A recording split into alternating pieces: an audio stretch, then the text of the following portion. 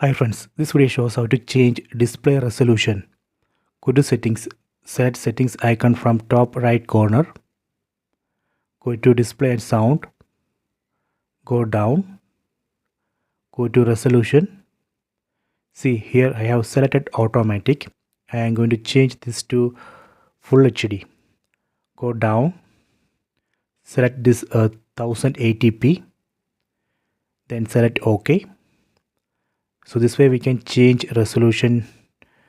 I am going to change this resolution from this full HD to HD. Let me select 720p. Select OK. Done. If you don't know what is the best resolution for your TV, then you can select automatic. TV will automatically select best resolution. Let me select OK. See here it says 4K 60 Hz. So this way we can change display resolution. You can try this. I hope you have enjoyed this video. Please subscribe this channel. Please like and share the video.